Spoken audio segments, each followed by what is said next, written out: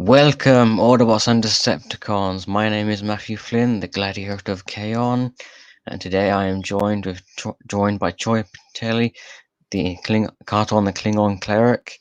Welcome, Troy. Hello there.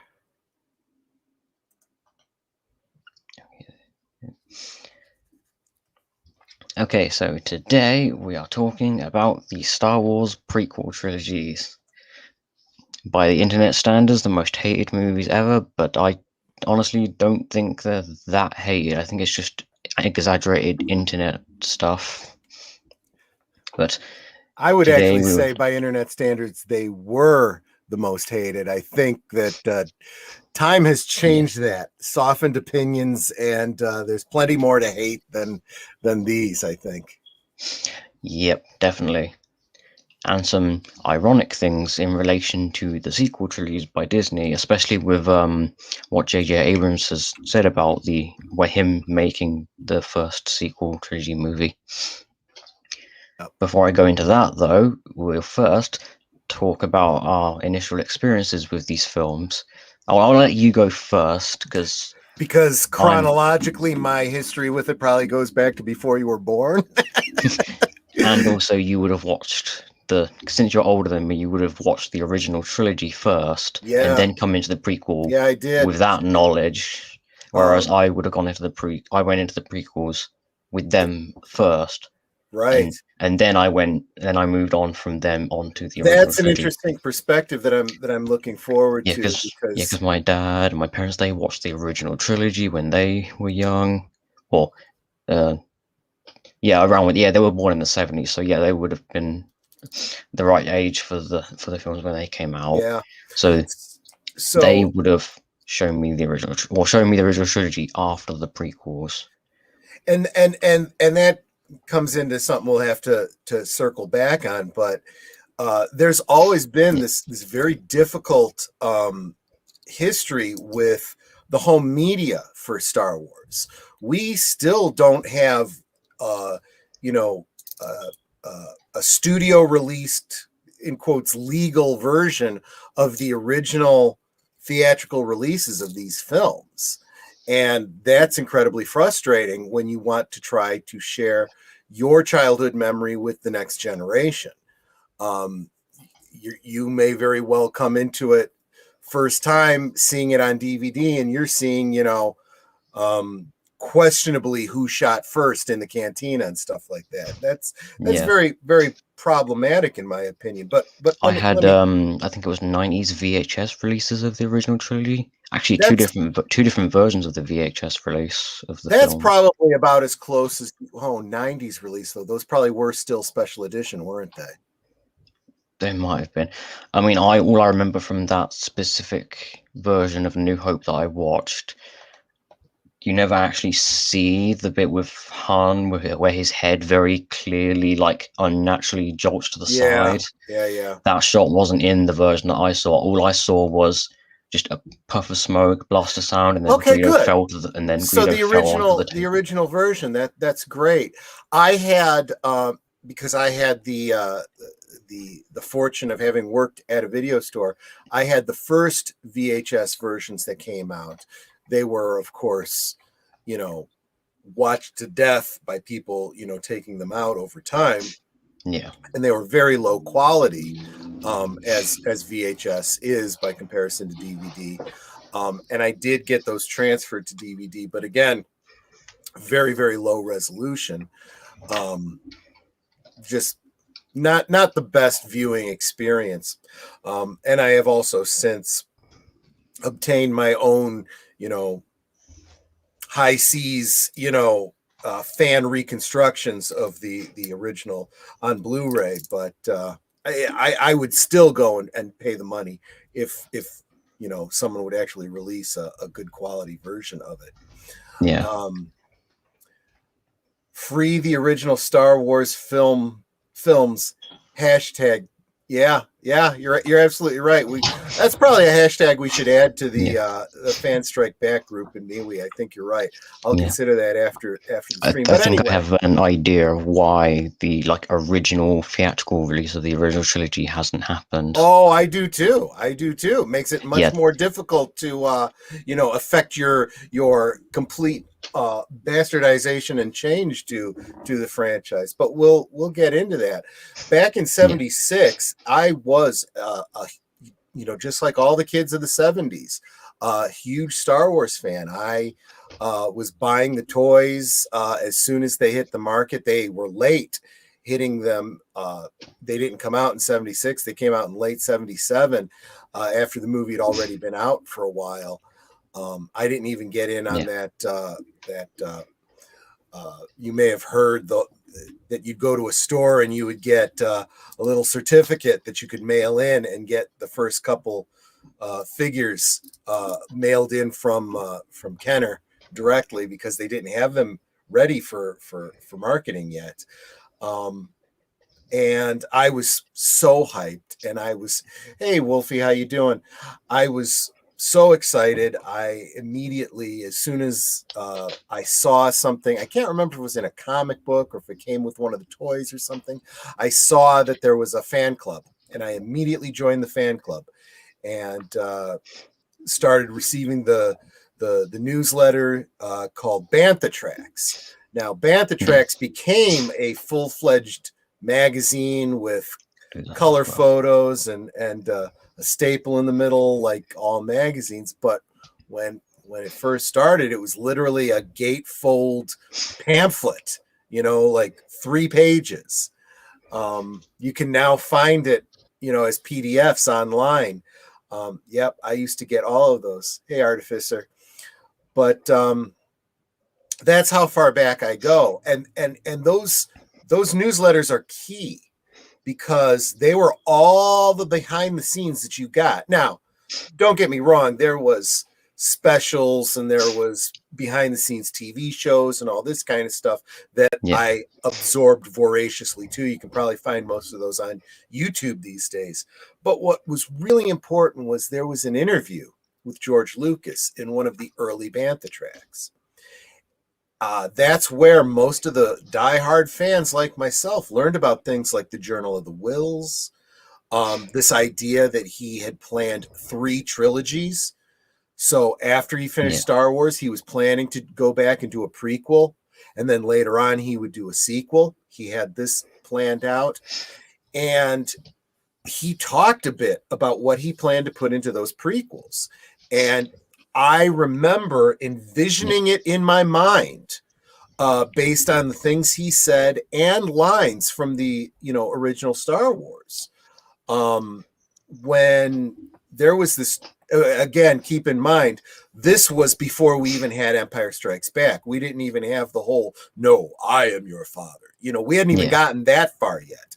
And despite what everyone says now, George Lucas had not planned it out that Vader and Anakin were one and the same at that point. Yeah, because there was the whole thing with Yoda and Obi-Wan saying something about there being another hope, and I think that was meant to be Luke's sister, but then they changed that in Return of the Jedi to be so that Leia is his sister. But then the whole Exactly. detail that was brought Yeah. up in Empire Strikes Yeah, Back there was was a basically ignored. and it was really George Lucas changing his mind as he went. Not saying that there's a problem with that. Okay, I Yeah, think that the symmetry of Vader being his father, Leia being his sister, it seems a little goofy, but if you're looking at it from the point of view of a fantasy where things are fated, it kind of makes some sense, right?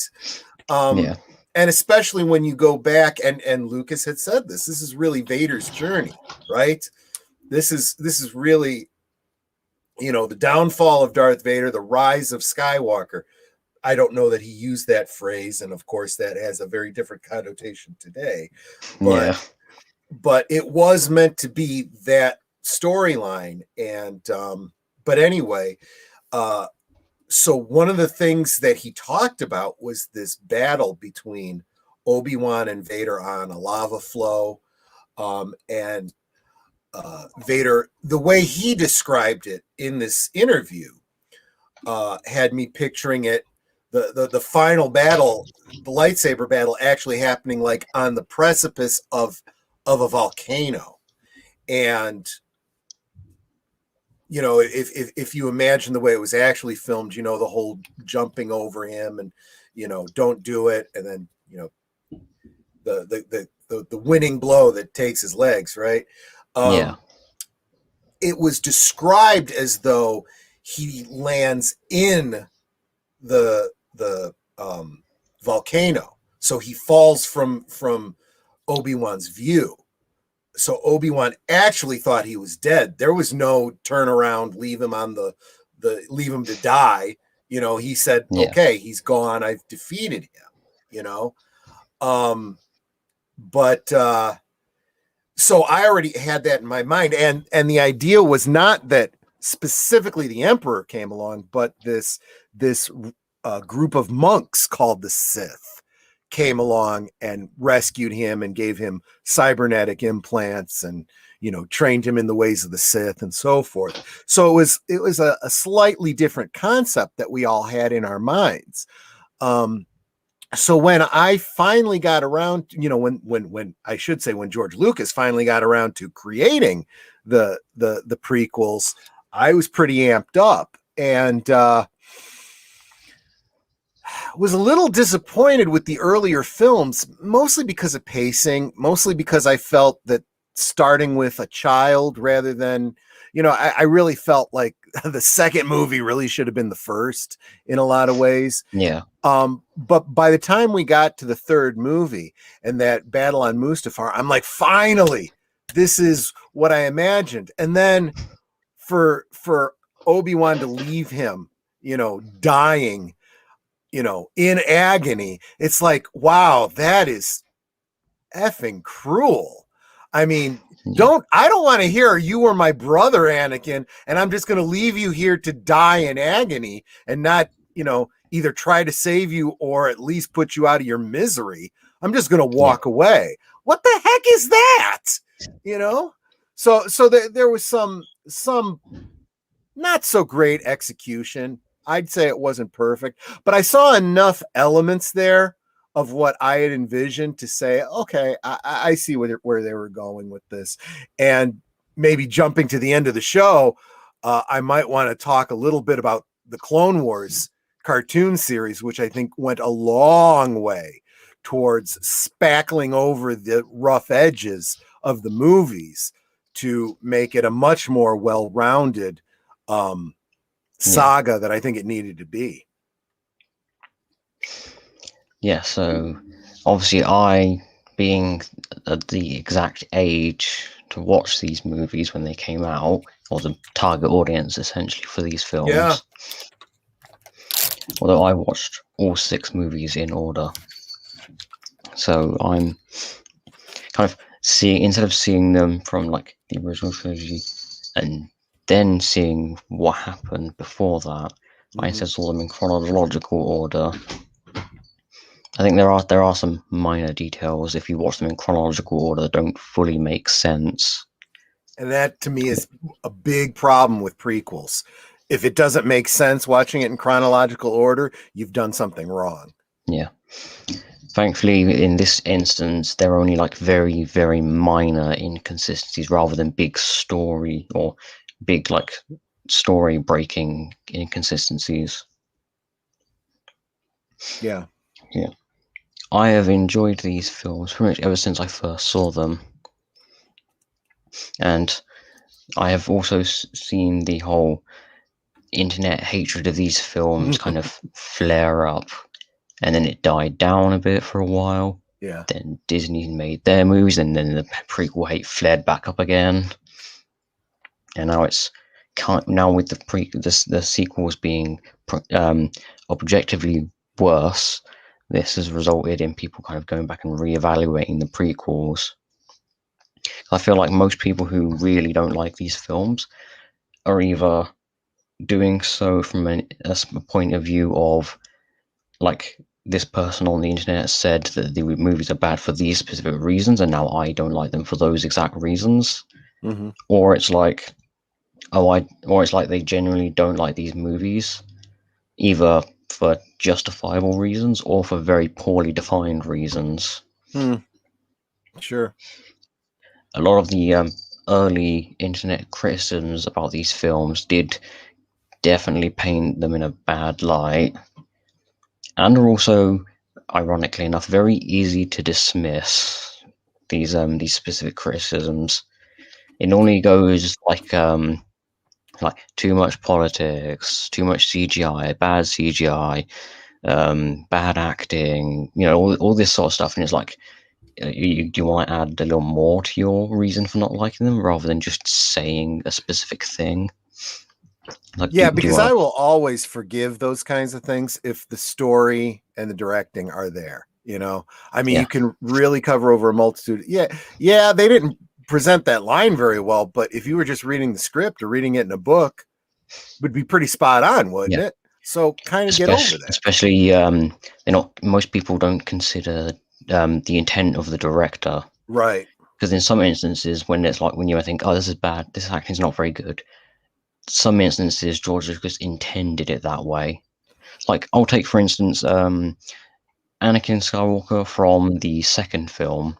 Mm-hmm. A lot of people complain about him being the way he acts and talks being like kind of creepy and a little uncomfortable, and it's like a lot of people point to that, and I think I know exactly what George Lucas is going for with that, Yeah. because Anakin has been basically emotionally repressed for like 10 years because the Jedi Order, like they're basically constricting Anakin with the Jedi Code, which, by the way, they're not even following the code properly themselves, but like Agreed. they're like because he's the chosen one. He has a higher stat.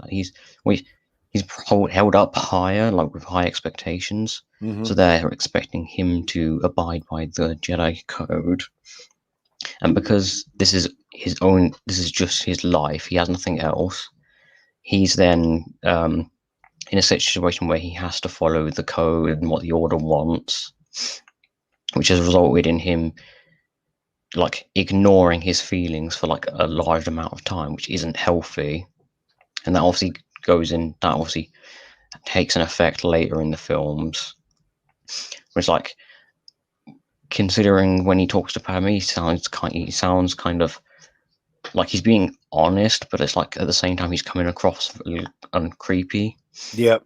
And Well, that's the thing. He's very juvenile in yeah, his because in he's his not been properly expression taught of how his. to express his emotions and his feelings. Yeah, He's it's not not had a like proper he's ever read a romance novel. He's never, he's never even had a real uh seen a real parent dynamic in his life. He had no yeah, father, he had no, idea about how men and women interact. He's lived with monks, all of his life, yeah, where he's and I been can all told he's not allowed to have those kinds of relationships. yeah. And I can contest to the way Anakin acts because I've been in that situation Sure. myself. To some degree, I think most young guys have, So, I mean, yeah, I Yeah, get where that. you will go you like you don't fully understand how you're supposed to act at that point. Obviously, when like something like this happened to me, it wasn't like during like wait, how old is Anakin during the second film? He's like late teens, I think. Yeah, I would say. Yeah, because I think he was 9 years old in the Phantom Menace, and then the second one is 10 years later. So yeah, he'll be like late About 19. teens. Yeah. Yeah, 19. Yeah, so obviously when this happened to me, I wasn't 19. I was younger than that, but like it's still the Sure. same general idea. But yeah, yeah, and also the Jedi, or like, so it's like I kind of forgive the way Anakin talks because he's not intending to come across as creepy. He just doesn't understand how to properly communicate himself. I agree with you on that regard, but how do you feel about Padme and her response to him? I mean, a lot of people, myself included, have looked and said, you know, okay, I can understand where he's awkward and, coming off as stalkerish creepy, but she's, significantly older than him. She wasn't played by a different actress, Yeah, to advance her age. She was, a young adult when she met a child. Then 10 years later, she falls in love with him. That's weird. That is something that yeah. anyone would look at and go, ew, you know? I think I can. I probably won't be able to explain away like every little detail of it, but I think there is some like overarching generalness of it that I can somewhat explain. Is that everyone else in Padme's life is all about like the business and whatever it is their specific job is, and because she's a queen, she's also expected to uphold like act a certain way and And like she's talk a almost specific. rebelling a little bit against Yeah, that in her relationship and with, also because she's also is also a senator in the second right. film. So all of us, the other senators she interacts with, there isn't that many of them that are like honest and like genuinely talk like genuinely to her. Most of the time, they're talking to her. They're just concerned with acquiring something or Yeah. getting a certain goal past that maybe she's integral for a certain goal they have, and they don't really care to actually genuinely have a conversation about it, like a level-headed conversation about it. They just basically lie or make stuff up or something like that. While Anakin, even though he's coming across a little creepy, he's saying exactly what he thinks should happen or exactly what he thinks at that time.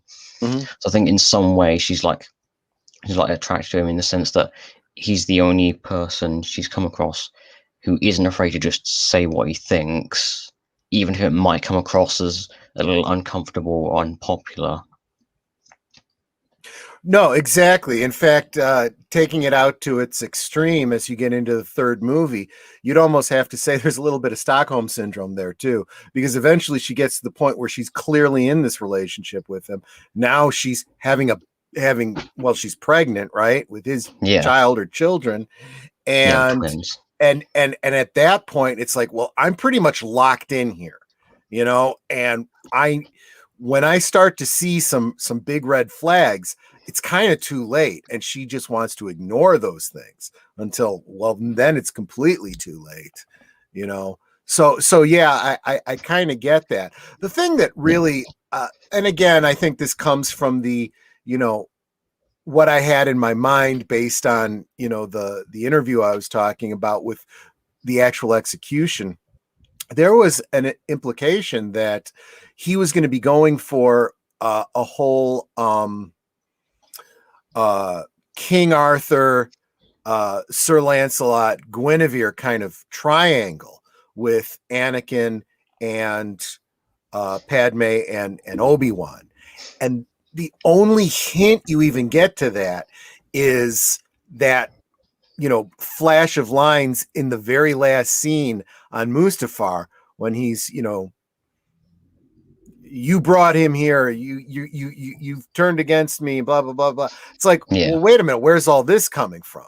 There was no buildup on this for there to be this kind of a payoff. Yes, I get he's irrational and jumping to conclusions, but that really undermines what could have been a great storyline there with that yeah. element. I do know that George Lucas likes to draw on like his inspirations when he's making his films, because I believe Romeo and Juliet was one of the inspirations for the second film, and you can Sure. very clearly see that in the way it's set up. Well, not the whole film, but like part specifically the Anakin Padme romance subplot is very clearly Romeo and Juliet inspired. Yeah. Yep, yep. Yeah, I absolutely get that. But yeah, my biggest problem is I feel like um you're trying to cut and I'll be honest with you, I'm one of the ones that said when people would say too much politics, I'd be like, the heck is wrong with you? That's kind of the whole point of this whole thing. Those politics are important. Now, and they're not one sided. yeah, exactly. Now, I'll admit that the way he presents it in exposition is probably a little bit dull, you know. But if you go back to the original Star Wars, one or two lines that imply something is way better than a long explanation. And Yeah. when you get that in the Death Star, you get that briefing room scene where you get Oh yeah, where these. Tarkin walks in. Yeah, and Tarkin walks in and says, The the Imperial Senate has been dissolved or something like that, I think he exactly. Well, said. how are they going to maintain power? Well, the regional governor. And if you understand your history, and this was George Lucas expecting more of his audience. He expected that they knew their history and they were going to look back at history and look back at Rome and look back at Germany and look back at all these other things that he drew Yeah. inspiration from and go, okay, I see what this is. It's the same story we know from history with a veneer of science fiction over it. Okay. Yeah. Unfortunately, he had this feeling by the time he got to the prequel, okay, I got to spoon feed people. I've got to teach them their history as well as tell them what I'm doing here, which becomes very, very clunky, you know? Yeah. Especially noticeable when the most prominent like political stuff that people point to is the I think it's one scene during the Phantom Menace when Mm-hmm. they're in like this the Senate room itself. Yeah. And most people are like talking about how it drags on forever, and I'm just thinking it's just a short scene that lasts like 2-3 minutes, Yeah. and If you don't everything they're have the saying attention is span relevant for to the that, story. yeah. And you almost have to look at it as this is as intense and potentially exciting as a space battle or a lightsaber battle or even the conversation between Leia and Vader you know in the hallway of the Tantive 4. These things are important to the Yeah, overall story building. Pay attention instead of oh, I want my next lens flare, I want my next boom boom pew pew. yeah, yeah. Because George Lucas is very much a visual director, Mm-hmm. and he even has admitted that he's not very good at dialogue. I Well, believe he and called himself the king of wooden dialogue. it's true, and I mean, Mark Hamill has called him out on that too.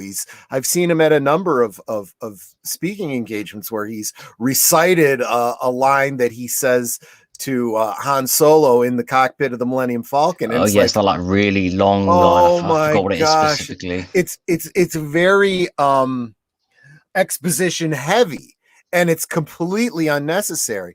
And anyone will tell you that the editing and especially the writing with Kazdan in the second and third movies are really what makes Star Wars so much better.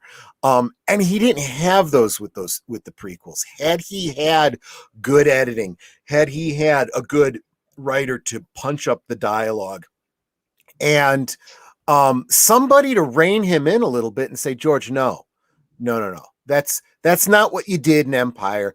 That's not going to work here either.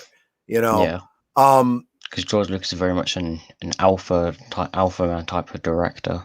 yeah, and he needs other people around him that will challenge him, right? And not just yes, sir, yes, Mr. Lucas, sir, whatever you say, sir. Yeah,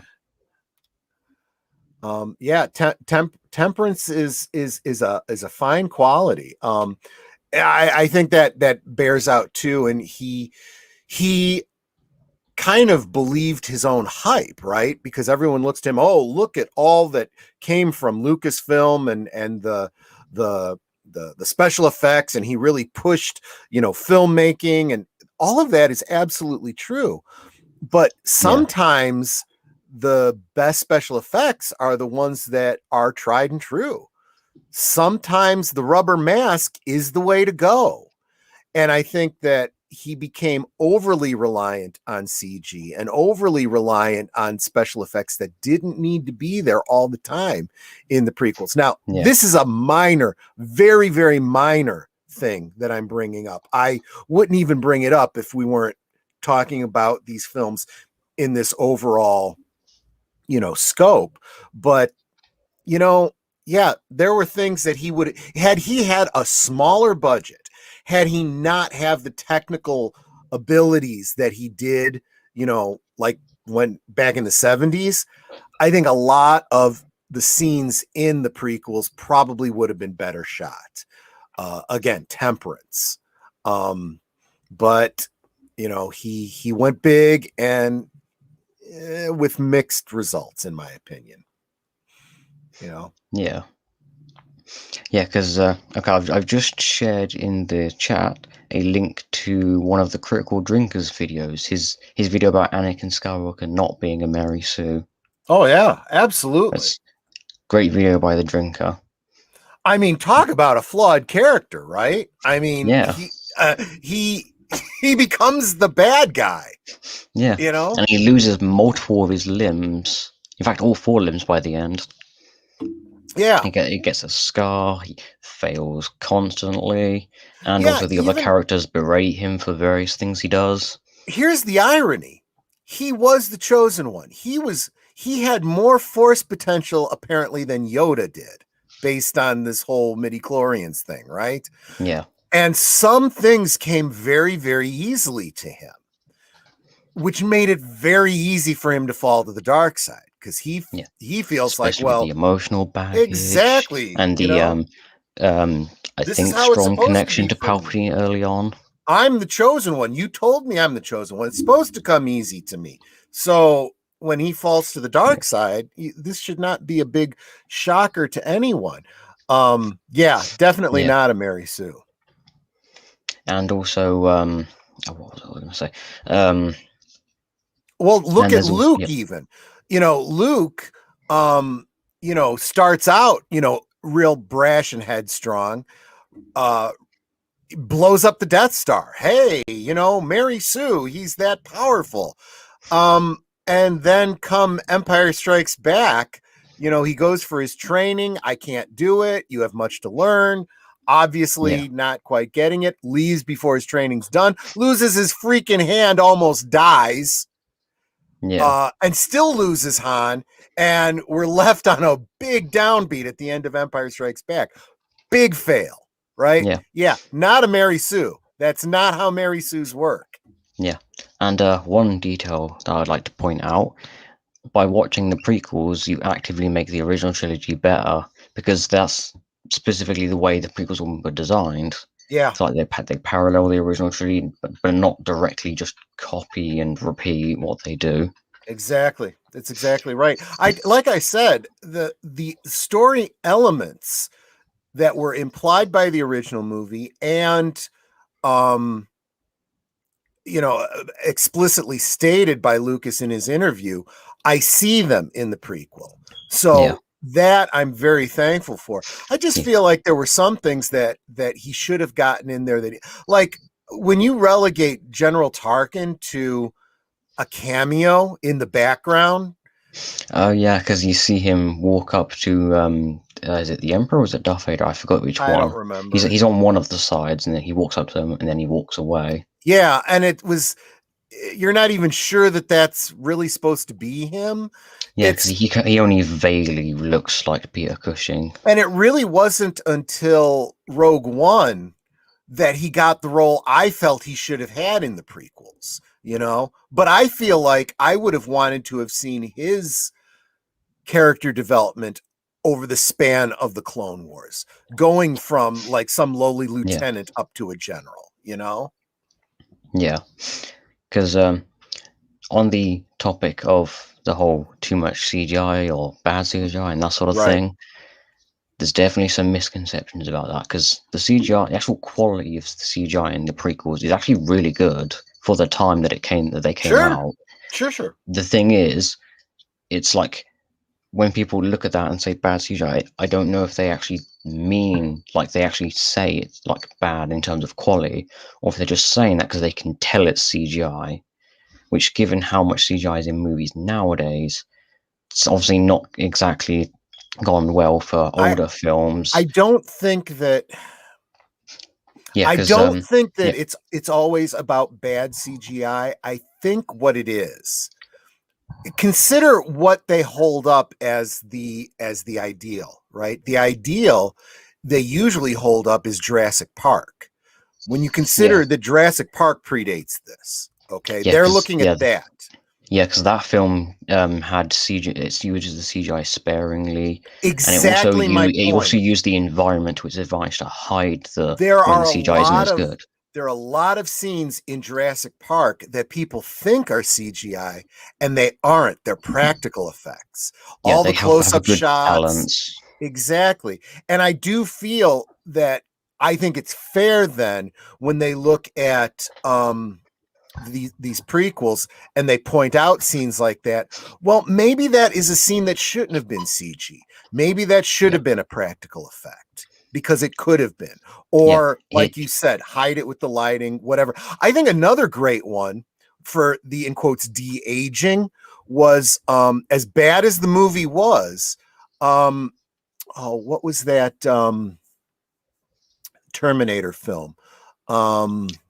Woke Fate. No. Way before that. The one, Oh, the first, Genesis. even before that, the first one where they did a de-aged Arnold. It was the one with Oh, the Batman. Salvation. Salvation. Thank you. In Well, it wasn't that just complete Salvation, CG, Arnold, they did a or perfect motion capture, something Arnold like that. because they did the face over someone else's body and everything, and it was very much in shadow. They Yeah, understood what their limitations were, and they did it well, you know. yeah, So I would, it's almost like the first time they do it, they use it sparingly because they know what their limitations are, and it comes off great. And then the yeah. next time they get cocky, and then they screw it up. Yeah, because I know that one of the reasons that actually before I go into that, the other misconception about the whole CGI in the prequels, there's actually more practical effects in the prequels than people give them credit for. And those are probably the scenes where people don't notice and don't have anything negative to say about it. You Yeah, don't like want the to notice the special effects. When you don't notice them, that's when they're good, yeah, right? like in the Phantom Menace when the red ship, the red cruiser that the Obi-Wan and Qui-Gon Jinn came in on. That ship, when it is blown up, that's a practical effect of it Sure. being destroyed and exploding. And then also in the Attack of the Clones, the Genosian arena area, that's a miniature. And there's also a miniature for the pod racing scene. You know, the starting area of that race. That was also a miniature as well. Yeah. And they also used for the various rocks that the pod racers like fly through. They're obviously not actually there, but they're also not CG either. They're actually in photos of actual rock formations, kind of stitched together and superimposed on the image. And these are all scenes that nobody ever talks about. They, In fact, everyone loves the pod race scene. yeah. I would argue. See, I don't know if I've ever heard anyone say anything about the Oh, thank you, arena. Wolften. I didn't know it was called an ambassadorship. Yeah, I don't know if the Geonosis arena is one of those scenes. It's CG heavy because of the creatures, and I was one of the first ones to defend that because I'm like, really? I mean, we had tauntauns that were stop motion. I mean, Yeah. give me a break here. That's improvement. These are creatures that don't exist. If they don't look 100% real, I can kind of forgive that, right? Yeah. In fact, I heard somewhere that apparently the prequel trilogy has more practical effects shots than the original trilogy, all combined. I don't know if that's true or not, though. Well, I think then you start getting into what people mean when they say practical effects too. I mean, let's face it, Yeah. depending on your definition, all effects are practical effects because they make it to screen. Yeah. I mean, it's an effect that was done in a movie and made it to screen and convincingly told a story. It's a practical effect. But most people today, when they say practical effects, they just mean non-CGI. Oh yeah, another thing that people don't really pay attention to much is after George Lucas finished the original trilogy, he actually stopped making movies so he could focus on raising his family Right. and like just being a family person for a while. I think it was like was it 13 years, I think. Mm-hmm. And when he came back to to the prequels, he wanted to innovate the industry and like like really make a difference, like how the original trilogy really made an impact on the industry and the world as a whole. Because that's one of the things George Lucas really like aims to do when he makes a movie. He really wants to like make an impact or a genuine impact on the And do you industry feel as a that he whole. did that with the prequels? I mean, is there anything that happened in the prequels that you feel really pushes the envelope? Uh, Definitely, because literally every movie after the prequels has Mhm. basically done everything that the prequels are criticized for. Well, Like that's there's a true. whole bunch of CGI and But you could almost argue then that he innovated it in a negative way. yeah. Although Lord of the Rings, I believe, is also a trilogy that at the time that also was kind of innovating the industry and pushing the technology forward and that sort of thing. In fact, I would argue that what a workshop picked up from where George Lucas and Lucasfilm left off. To be honest Yeah, with you, because the I two trilogies honestly, came out at the same time, I or honestly roughly the feel same like time. him leaving the industry to raise his family. He was not the one to come back and innovate. He was not the young, hungry go-getter who had great ideas. He was the guy who is 13 years out of date. Um, and his ideas are kind of out of date too. Just saying. I think he really needed to continue being the idea man behind the scenes with younger go-getters like himself under him. Yeah, Uh, you know, I think it would have been. Let's face it, films like this are a collaboration. I think it's yeah, unfair to blame any one person, one actor, one director yeah, for a whole movie. You yeah, need to understand how the movie industry works and say, you know what, this is bad editing, but it's overall good writing. This is bad writing, and no amount of good acting is going to fix that. You know, things like that.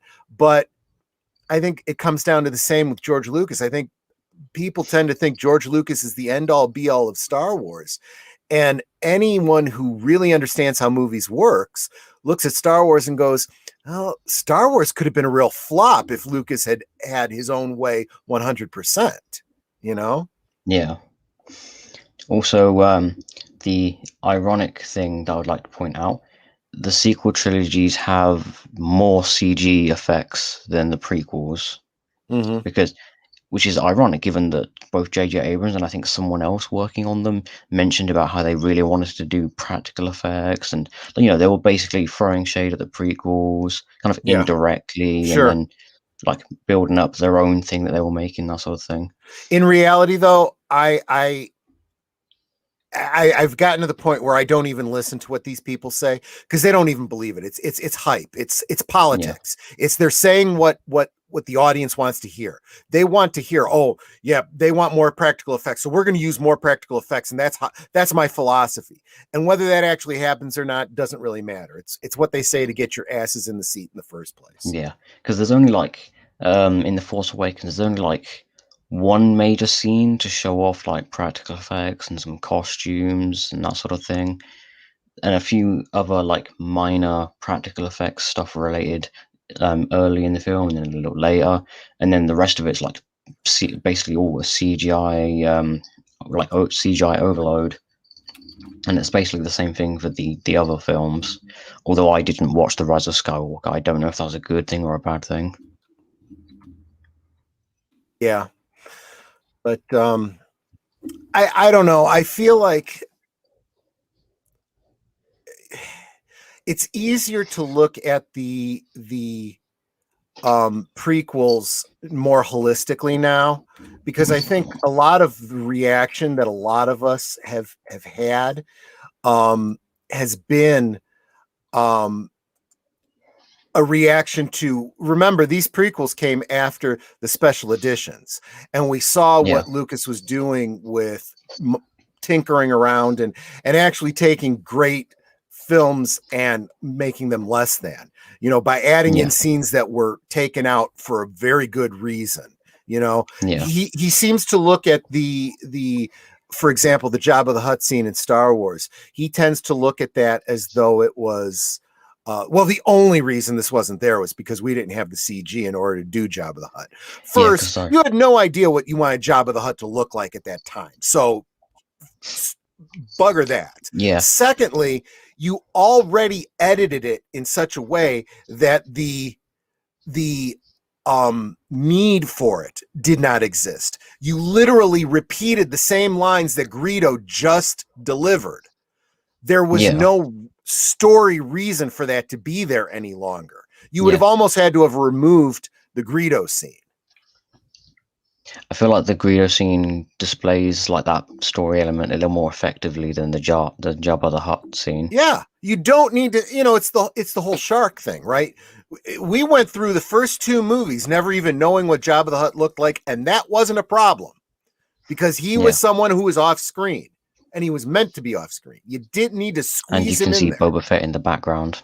I think that's a later addition after he was already introduced. Yeah, it was ridiculous and stupid and shouldn't have been there, and that's one of those examples. The other one is, the whole making Greedo shoot first, which is, I feel, a betrayal of the Han Solo character development, and I actually think leaving it ambiguous. Okay, let's say that's what you intended, George. The way it was originally filmed, you can't tell who shot first, so leave it ambiguous. Yeah. I do recall an interview. It was either an interview or maybe it was just a quote from George, where I think he says something about the special edition and the prequels are basically how he would have done the original films if the technology and everything was there at the time. Yeah, but unfortunately, it's not just. I don't know if that's a direct quote from him. He's also subverting the editors and writers that worked with him on those movies that were also no longer there to hamper him in his less than enlightened ideas. I just and this is almost hypocritical of him, right? Because he's always been the type to preserve Hollywood and preserve old prints and museum and blah blah blah blah blah, and yet his own work, he feels like he's above all that. It's like, no. You made a movie, you released it, it is done now, finished. That's a wrap. You don't touch it again. Because once you let it go into the public, it's no longer yours. It belongs to the public. It becomes part of the zeitgeist. And that's what all of Hollywood needs to learn at this point. Yeah, and the other thing about people talking about the CGI, it also has to do with the fact that sometimes CGI looks bad, not because it's actually low quality, but rather because it isn't properly adjusted to the image it's been placed in. Like when Jar Jar's running around with Qui-Gon Jinn and Obi-Wan, he stands out not because he's CGI, but rather because you can clearly see, I think it's a faint outline around him that makes him look separate from the rest of the image. And that's what draws everyone's attention to to him being CGI, not anything to do with his actual quality of the CGI for him. And that just bothers me, right? Because this is too big a production for that not to be spot on. If you don't see that in the dailies and go, "Oh, what's wrong with that?" And no, we go back and we fix that before we print it. Because, it's a different thing when you're in a Zoom meeting and your green screen isn't working right, and half of your hair disappears. Okay. Yeah. I mean, this is not, Hollywood quality, knowing that you need to be farther away from your green screen and the lighting needs to be correct for the green screen to work correctly. This is, you guys need to know how green screen works already, Yeah. And another thing that I would like to point out, specifically about the Phantom Menace, even though I enjoy that film, and because that film was designed to be understood by 12-year-olds, and I believe that's a direct quote from George Yeah, Lucas. He designed it that way, so the story was to be understood, like very simple to understand. exactly. So whenever I see someone who's like in their 30s and they're like, "Hey, the story makes no sense," and I'm thinking, "Did you watch the movie?" And they're Yeah, like, "No, did you watch the movie and actually pay attention?" yeah. And also, it's downright horrendous how some of the Star Wars fans treated some of the actors involved in the Phantom Okay, Menace, now like Ahmed Best, I believe is how you I'm pronounce going. it, and I'm going also to Jake stop you Lloyd. right there. I'm going to Yeah, stop you right there, Matthew, because I look back at history and I see the same thing. It started with the prequels and it's carried into the modern era. That was not the fans having a problem. That was the media. The media throwing up dust to make up stories. That whole yeah, thing that happened to Ahmed Best was not the fans. The fans might have been a little bit annoyed, didn't care for the character, but that character was yeah. kind of meant to be a little bit annoying. All of the racial stuff that came out, all of that was all media propaganda push. Even George Just, Lucas was like, he didn't understand why people were thinking that. yeah. I mean, because let's face it, I mean, this was the actor who put himself into that role. You have a problem with that. You have a problem with the actor, not with George, you know? Yeah, I mean, it's ridiculous. It's the same thing that I see with the Rose Tico stuff and saying how a bunch of toxic fans pushed her off of. No, that is not what happened. Because if it did, I would have an even bigger problem with that actress. You need to have a little bit thicker skin.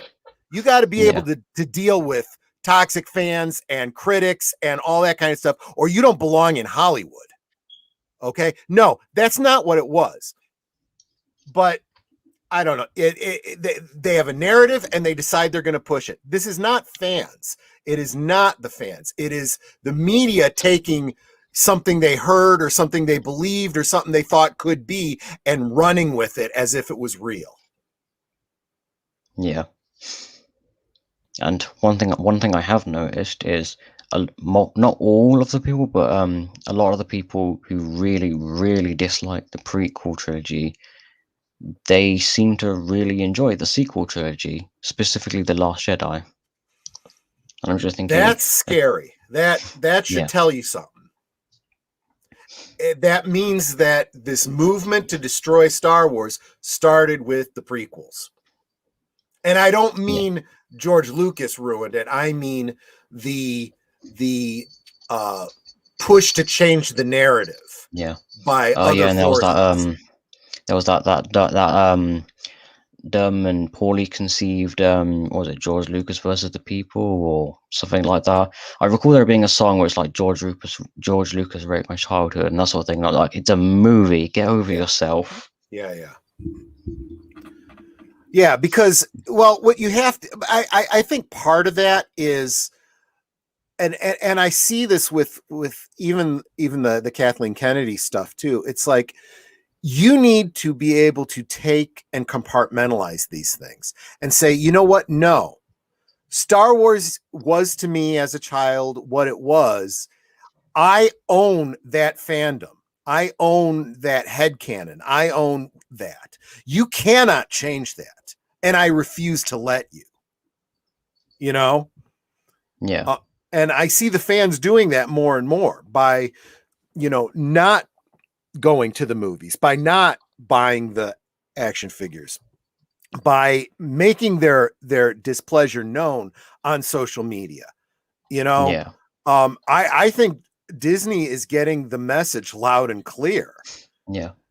Oh And yeah, and oh yeah, what were you gonna say? Well, and I was going to say that if the powers that be at Disney are getting the message loud and clear and purposely ignoring it because it goes against what they want to do, I can tell you for certain that the stockholders are getting the message loud and clear and are getting ready to get rid of the people that aren't pulling in the profit.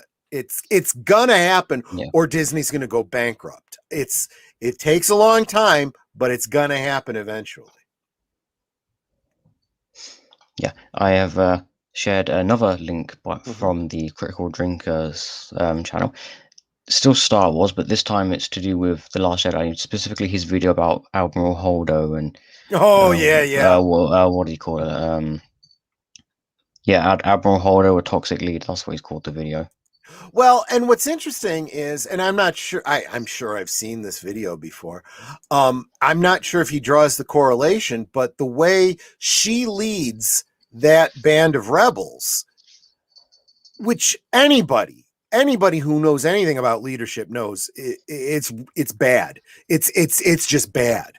There's nothing there. She makes no good decisions there. Even if you have a plan and your people don't think you have a plan, you better share your plan with them because Yeah, they've lost faith in you and they're not going to follow you. I yeah, honestly see that as Admiral Holdo is another character insert for Kathleen Kennedy. She's leading Lucasfilm the way Admiral Holdo led that rebellion. yeah, yeah, and oh, yeah, I know. I noticed that people who really like The Last Jedi and try to come up with any and all shallow defense that they can, they'll often say that the fact that Poe is painted in a negative light in that scene, and I think it's painted as if he's meant to go through some kind of character arc.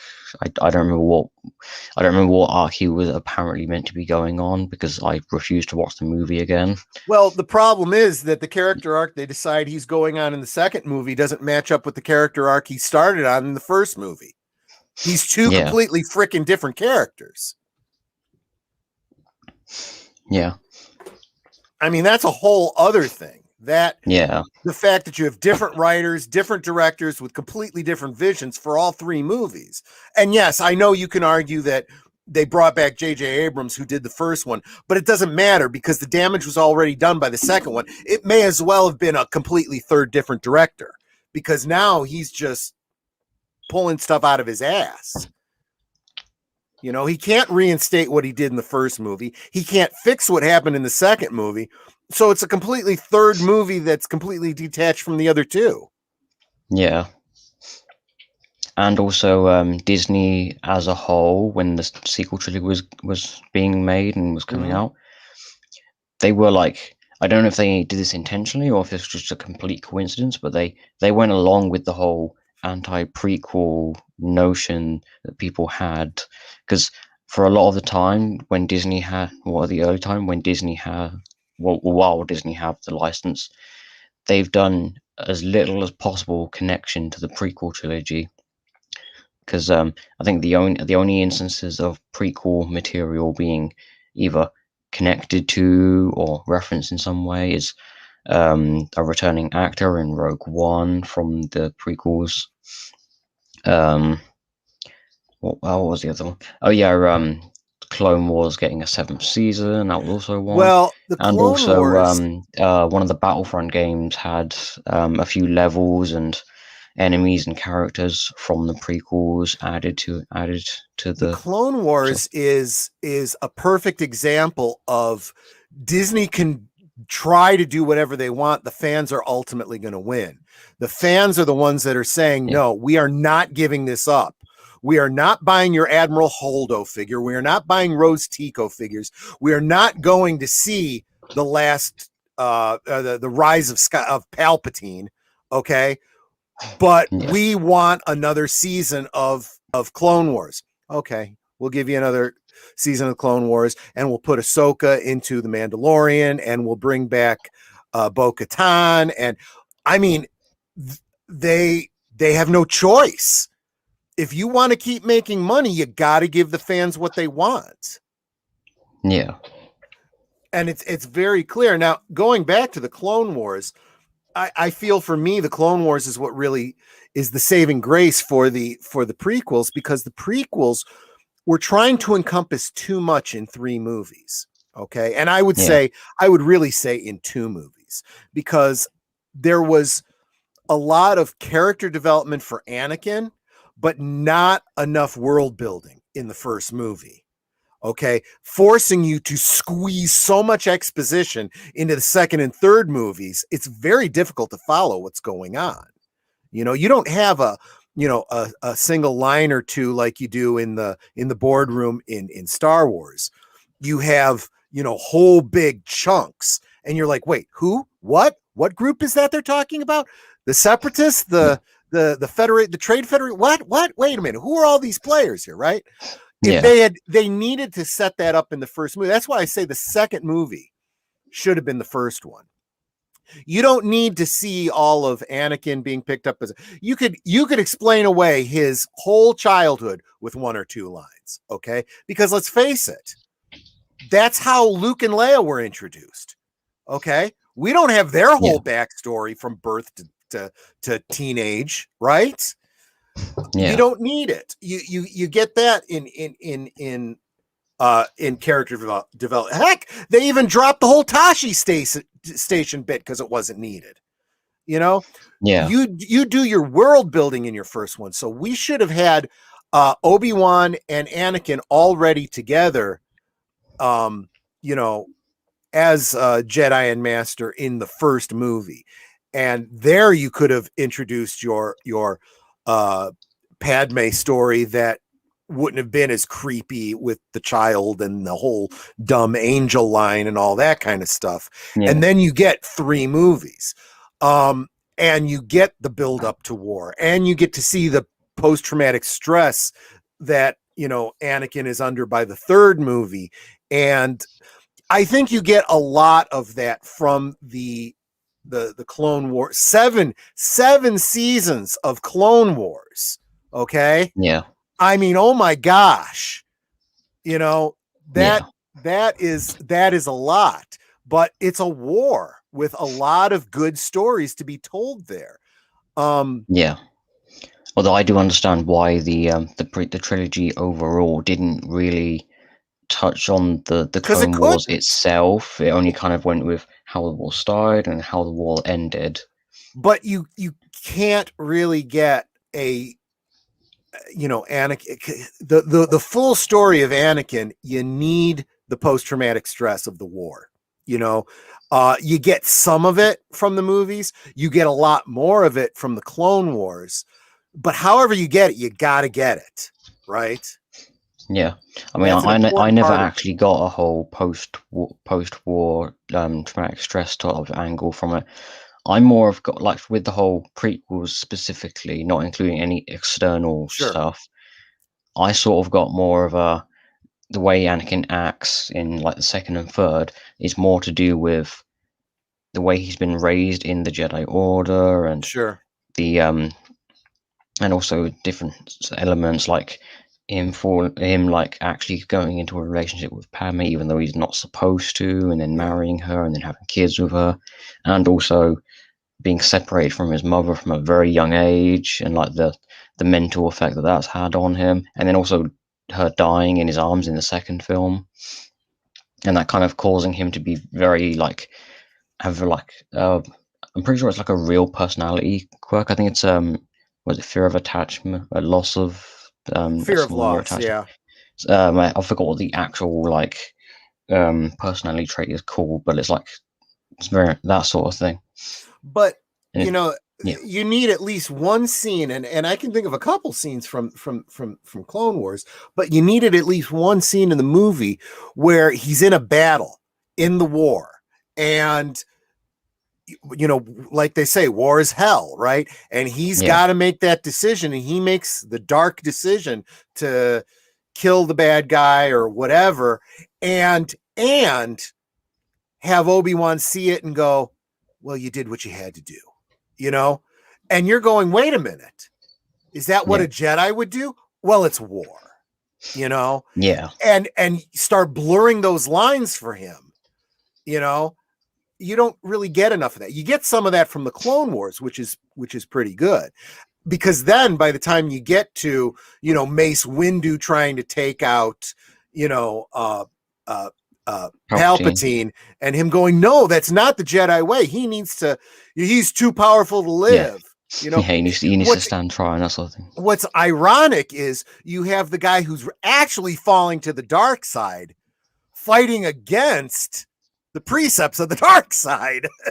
Yeah. You know? Yeah, because actually that's one thing that I noticed about the films, that like the large big picture overarching story across all three is actually very smart and very well told when you Agreed. actually look at it as like the bigger picture of it. Because you have Palpatine's plan, which is, like I've said, very well thought out, and it's very clear that George Lucas kind of thought out the overall big picture plan. Yep. I don't know if if he did that first, but that's clearly one of the things he was focusing on. And obviously some of the minor details at the bottom kind of end When up you getting consider forgotten that, about or not done when you quite as consider well. what his inspiration is, it's already laid out for him. It's just a question of how he's going to tell it in his own story, right? Yeah. You know, I made the references to Rome and Germany and all these other things where a republic falls and an empire rises.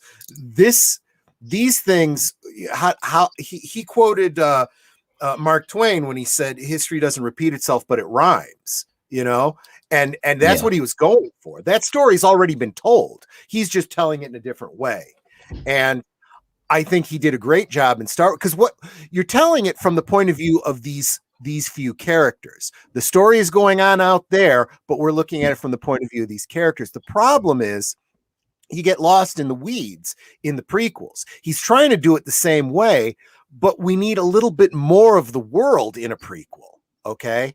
And you're seeing it through such a narrow keyhole of these characters. There's a lot you're missing. You know, and there's a balance that needs to be hit in your storytelling. Oh yeah, and there's another thing. The Jedi Order as a whole is actually funny because the way the Jedi Order looks at the Jedi Code, the way they interpret it, is also the way people like outside of the movies interpret the Jedi Code when they see it. Like they see like the different tenets of the Jedi Code and they see like no emotion, there is peace, or I forgot what the specific tenets are, but they see these like different tenets and they think that it means like absolute, like as in no emotion whatsoever. Yeah. But that's not what the code means. Because what it actually means is no harmful emotions. It's just, I think it's the fact that the code's not being specific. It's just kind of being general. There's also the ideal versus the reality. Okay, you can make no emotion, only peace, an ideal, something to strive for, but someone with wisdom is going to say, but I realize that as a human being, or whatever race Yoda is, that is not realistic. That is not truly possible, right? Yeah. Now you could start getting into that whole philosophy. You want the impossible. With you know, you don't know what's possible. Well, yeah, there's more possible than you might realize, but you also are wise enough to know there are limits to what is possible. And completely stripping emotion is not only not possible, it's not truly desirable, because if you strip away all emotion, you become a computer, you become calculating, you become callous. And there has to be compassion, right? Yeah. And that's an emotion. Yeah. So because that's the way the Jedi Order was, just like the prequel era. That's the way the Jedi Order, and this is the kind of thing that intended them to be. What should be happening with an old republic, and I refuse to, even acknowledge the High Republic. Screw that bullshit. What if you look back at the beginnings of the Jedi and you look back at the Old Republic, that's where you want to start these kinds of stories, with setting up your precepts and having somebody going, well, that's not realistic. Well, that's not what it's meant to be, right? Because then by the time you get to the fall of the Jedi, you have them ignoring wisdom in favor of an iconoclastic, this is an absolute. Okay. Yeah. And remember, what does Obi-Wan say? Only the Sith think in absolutes. And yet it's the Jedi that are thinking in absolutes. Yeah. And someone with a little bit of wisdom would catch that. I don't think that was a mistake. I think that was intentional. Yeah. Yeah, because the Jedi of the prequel era, they've very much become like, that's obviously it's intentional, or it's obviously it's by design from George Lucas, but like they're very much like fallen, but not actually fallen to the dark side, and also they've like lost the connection with their specific purpose for existing in the first place. Just look at the way they relate to Anakin, right? When he's brought to them, he's been separated from his mother. He's very emotional. Heck, I mean, Yoda's even talking about the emotions that he senses in him. He has zero compassion for him. He can only see it through the lens of the Jedi. This needs to be stripped from you. You need to let go of your emotion and embrace peace. And it's like, yeah, but you're not meeting him where he is. You can set that as a goal for him. That's fine. But have compassion for who he is right now in front of you. Yeah. They just wanted to ignore him and go, nope, too old to begin the training. And he tried, you see Yoda doing that in Empire Strikes Back too. And it was Obi-Wan who draws on the wisdom. He's like, no, Yoda, you tried that with Now, this is, of course, a reframing based on what we've seen in the prequels. This isn't what we saw when we first saw Empire Strikes Back. But in light of the prequels, Empire now takes on the sheen of Obi-Wan saying, no, Yoda, you said that about Anakin, and that was wrong. We need to train Luke so he does not become his father. It doesn't matter how old he is. And Yoda, you kind of get the, you're right, Yeah. And that, I think, is a perfect example of you saying, yeah, the prequels actually do make the originals better in that regard, if you look at it that way. Yeah. And also, circling back to that specific point, there's one video that I kind of came across relating to the prequels a while ago called the prequels are secretly brilliant, and it talks about like a few things about the prequels. Mm-hmm. Although obviously I don't think the prequels are secretly brilliant, they just are brilliant. They just have like multiple flaws that are like kind difficult of to get by, distract people, and subtlety in storytelling is overlooked by slack-jawed morons today. Yeah. I think the reason this specific YouTuber said secretly brilliant is because the standard internet opinion of the prequels is that they're terrible movies and shouldn't be given any praise. Like I said, the slack-jawed morons. Exactly. Yeah, and obviously anyone who makes a video relating to the prequels don't want to incur the wrath of those people on the internet, so they kind of subtly say good things about the prequels rather than just outright saying what they think is good about them. Yeah. Which is, of course, not what I'm going to do. I'm just going to say what I think is good about them. Obviously, I'm not going to like just ignore any of the negative things about the films, but like, I'm not going to like hide my opinion just so I don't have people attacking me. I don't care if people dislike me for liking prequels. Well, I think at this point, it's such a moot point. I mean, I think that we've gotten so much worse from the sequel trilogy that, like I said, I think people that really like the prequels are now seen in a very different light. Like, yeah, I guess they weren't as bad as I thought they were back then compared to what we have now. Yeah. I'm gonna link this video in the chat.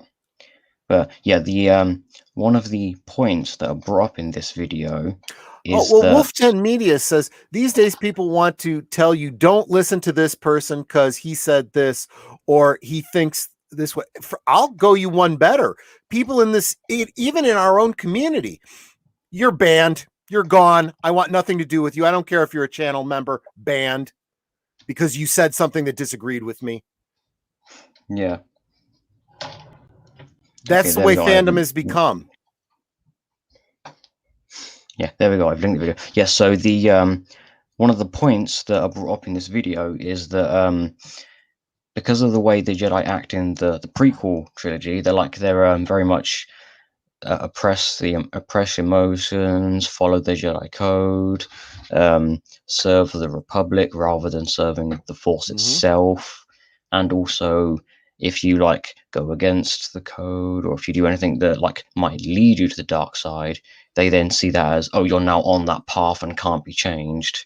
So when in Return of the Jedi, when Luke uses his anger to defeat Darth Vader, because the Emperor then goes up to him and like assumes, yeah, now he's going to turn to the dark side because the Emperor has been around the Jedi for multiple years, so he understands the way the Jedi act or the way the Jedi have been acting in his time. So he understands the conventions of the Jedi that he's been around. But because Luke isn't that kind of Jedi, he actually doesn't view his emotions as bad. He like understands that it's more complex than that. Yeah. So he's like, so he immediately assumes Luke's now going to turn to the dark side because he used anger. Yeah, But then he's surprised when Luke doesn't turn to the dark side. He actually rejects that and stays to the light. Yeah, and there's also, I mean, I see that in modern religion today, just in Christianity. It's anger is a sin, but righteous indignation, that's okay. Really? That's just anger. You're just calling it something different. Or your reason for being angry is different. You're just equivocating. So, those are things that are meant to be wrestled with. That's what philosophy is, right? You can have your absolutes, but then you got to wrestle with, do those absolutes actually apply? Are they realistic? That's what philosophy is. And I love that. Luke, you're right. He does give into passion, and he realizes, no, it's better to die a good man than to win this battle and become, Darth Vader myself. Yeah.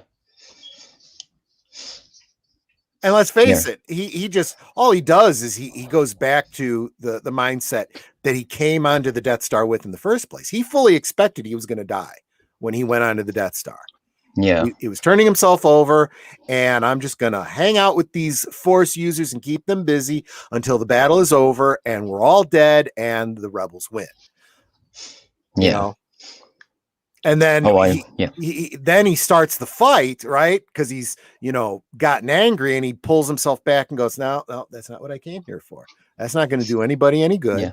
Yeah. And also he saw after he cuts Vader's hand off, the robotic hand. Yeah. He then looks at his own hand. Yeah, he realizes that because his father has a robotic hand, like the same his right hand as him. Another aspect of the prequels making something in the original trilogy better, right? Because he's actually seeing himself making the same mistakes Anakin did, right? In Empire Strikes Back, it was a mistake for him to go after Vader. He was not ready. And because he was foolish and arrogant enough to do that, he lost his hand, right? Well, the same kind of foolish arrogance led Anakin to lose most of his body. Yeah. And so this is Luke going, I am not going to go down that path. I am going to follow my father to be the Jedi he was. I am not going to follow my father to fall from grace the way he did. He's making good decisions about what he wants to be. Yeah. And there's also, I think there was a theme in the original trilogy, because there was a variation of the Imperial March theme, which I believe is associated with Darth Vader specifically. Yep. And there's like a softer, lighter version of Imperial March that plays when Darth Vader is dying and Luke Yep. takes off his helmet. And this is actually genius by John Williams. He take in the prequels, that softer version of Imperial March. You hear that over various points in the prequel trilogy when relating to Anakin. So it kind of associates that softer sound with Yep. Anakin, so that if you watch it in order, you then hear the softer version relating to Anakin, and then the more traditional Imperial March when he's Darth Vader. And then when you hear that softer version again, when he's like come back to the light and he's become Anakin again, it kind of makes that scene hit a bit harder. I really recommend anyone that's interested in those kind of musical cues, look up the Imperial March in major key. A lot of different musicians have, because the Imperial March, what gives it its authoritarian, marching sound is that it's in a minor key, and that makes it very, off-putting. You put it into a major key and it sounds happy, like, hey, it's a parade. Playing around with major and minor keys definitely changes the mood of a piece of music, and John Williams was a master of that. He knew what he was doing. Trooper, that is not a dog. I have two cats running around in my room right now. Oh, there you go. Yeah, that'll be what the bell is. Yeah, yes, hello, Casper. Why are you staring at me? Because it's what they do. Yes. But I have one cat on the windowsill and one by the door. But the other important thing that has been so sadly lost in Lucasfilm today is this understanding of redemption. That concept of redemption doesn't even exist in our culture anymore, where this whole cancel culture is, you thought something bad, you deserve to die. And I mean that literally. I mean, people. Yeah, and he's like, and we're going to harass you continuously, and then when you're dead, we're going to disgrace. You're going to discredit your memory. We're going to erase you from history. You don't deserve to have a job. You don't deserve to have health care. You deserve to die because you don't think the way we do. And it's the exact opposite of what Luke was doing. When he goes to Vader and says, I sense the conflict, he did not give up on Anakin. Everyone else gave up on Anakin. Obi-Wan gave up on Anakin. Anakin even knew it. He's like, Obi-Wan thought as you do. He's like, well, he was right. He shouldn't have given up thinking that way, And then what's the last thing he says? You were right, Luke. Tell your sister you were right. Yeah. Even he realizes, he wasn't as bad as everyone was telling him he was. Luke held out hope. Luke represented hope. Yeah. Also, I feel like it goes without saying, but on this this video with the prequels secretly written, it goes without saying, don't harass the guy for not outright saying the prequels are good. If he wants to hide behind the prequels being bad, or like that internet perception, if he wants to if he doesn't want to incur the wrath of those people and he wants to secretly subtly say they're good, don't harass him for that. Just, if you are going to criticize him, at least be civil about it. Well, and that's my biggest problem. I think we've lost any sense of subtlety, right? I mean, you look at what the administration in our country is doing right now. Look at what the movements in Hollywood are doing to our favorite franchises. These are not subtle people. They are playing their hands very obviously, and this is what's causing people to react against it. That's our only saving grace, is that they're not being subtle. So we need to be subtle. We need it's like with the critical drinker. I don't agree with everything he says in his videos. I do enjoy watching them, but I don't outright insult him or say bad stuff about him because I disagree with some things he says. I'll tell you, Critical Drinker has a brilliant way of being subtle. even though it doesn't seem that way. I Yeah. think he says some things he doesn't always 100% believe himself because it's funny and it's part of his shtick, you know? Yeah. I mean, and even if you disagree with him, he says it in such a funny way. You're like, yeah, I don't agree with him, but man, that was funny, you know? Yeah. Also, there's another thing relating to that that I noticed. Have you ever watched any of the Channel Awesome videos, like by the different producers there? I Just don't to think kind of so. clarify. Wait, can No, you say that again? I don't think so. I'm not sure what you're referring to. Okay, there are a bunch of internet, well, not all internet reviewers, but they're like mostly internet reviewers. You know, like Nostalgia Critic and Angry Joe and a couple other people. And a while ago, or a couple of years ago, the Channel Awesome itself Mm-hmm. came under threat of like well, not threat, but like there was this big divide going on between them, where Mm-hmm. some producers left that channel and some stayed, and it was all because behind the scenes there was all kinds of abuse and stuff like that. And Mm. the company itself, they were like they haven't, or they wouldn't, and they haven't um, come out with any kind of like admitted to any wrongdoings and then apologized to the people involved. They Mm-hmm. haven't done that. They've sort of skirted around the issue and just waited for it to pass. And I'm just thinking, yeah, they shouldn't have done that. They should have admitted admitted the wrongdoings, not necessarily the company as a whole, but some of the people within the company. Yeah. And they also shouldn't have just waited for it to pass. So like, so obviously they're in the wrong there, but at the same time, that doesn't mean everyone on like or as Wolverton Media is saying with the change the channel, they're the people who are like on the change the channel side, they're the people who left Channel Awesome because of all this.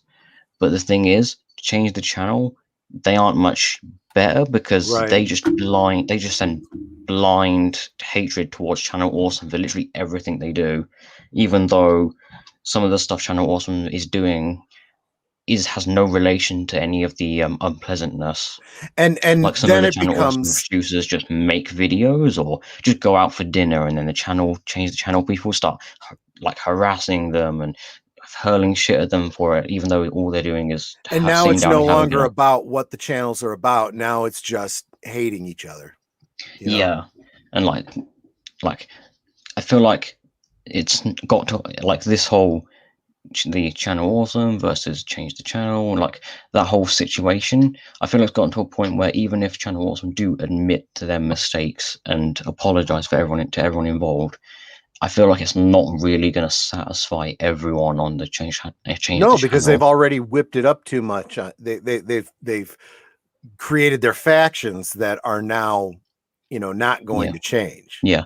I mean, even the people on the change the channel side, they have even said that if you still watch the videos made by Channel Awesome or like any of the people who are still on that side, if you like watch their videos or something like that, then you're just as bad as they are and just shouldn't watch the videos by the people on the change the channel side. Mm-hmm. And I'm just thinking, well, if you're going to be like that, then you don't have my view anymore. I'm just going to watch what I want to watch or what I find entertaining. Yep. Oh, hello, Casper. Do you mind not sitting on my DVD player? I sit where it's warm.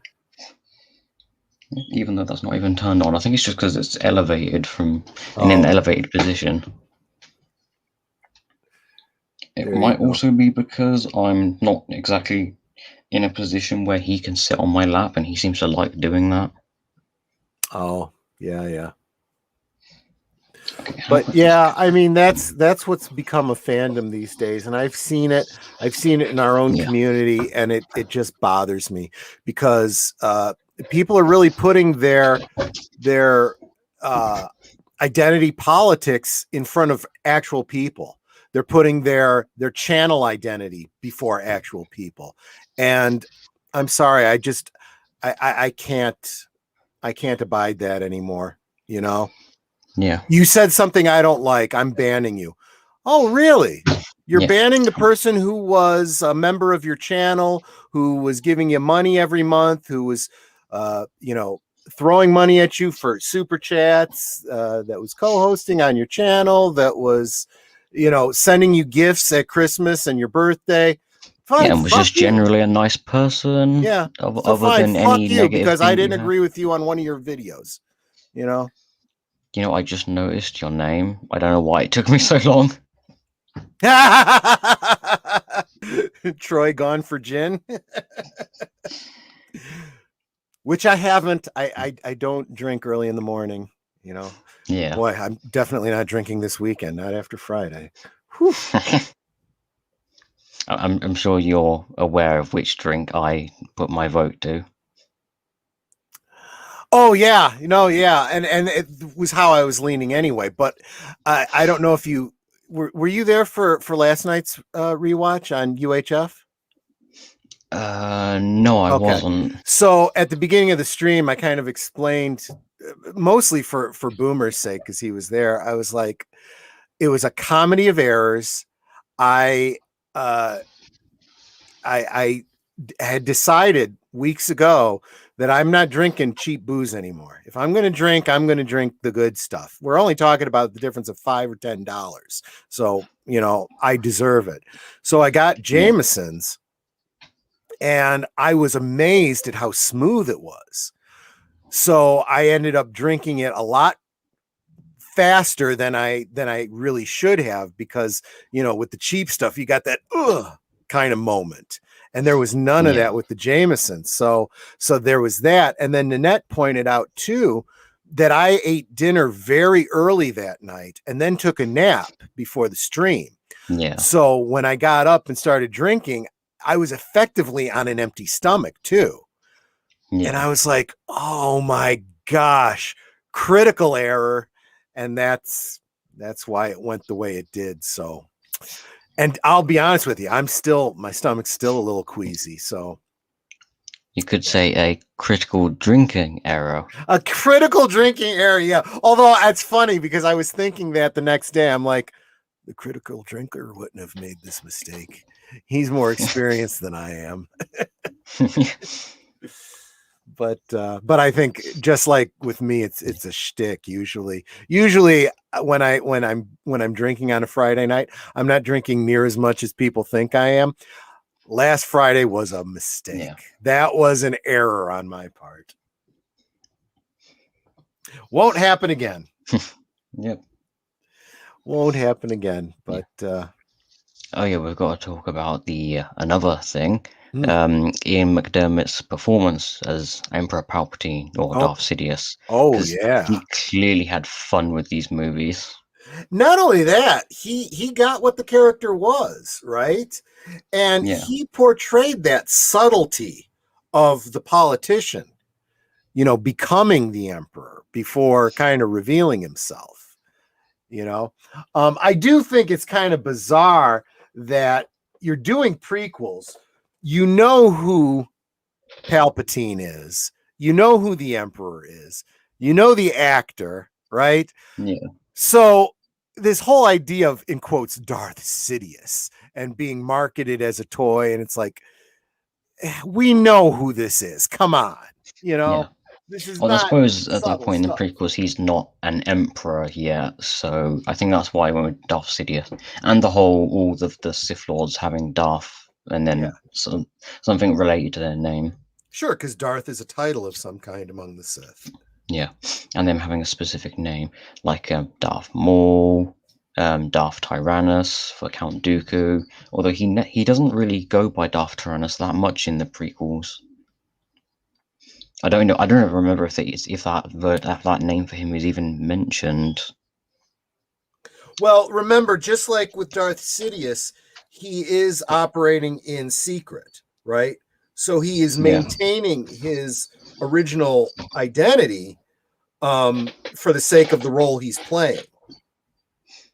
Only with the Emperor does the meaning of Darth Tyrannus have any value.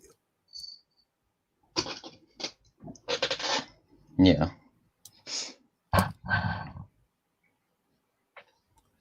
But yeah. So I would say prequels much better than we remember them. Not perfect; they're flawed, but Yeah. Yeah, The overarching story and the look, overall intention they have if the does, like, they prequels do hit their mark there. if the prequels were the worst thing to come out of Star Wars, I'd say we were doing pretty good, but we got bigger fish to fry now. Yeah. We got much bigger problems over there at Lucasfilm. Yeah.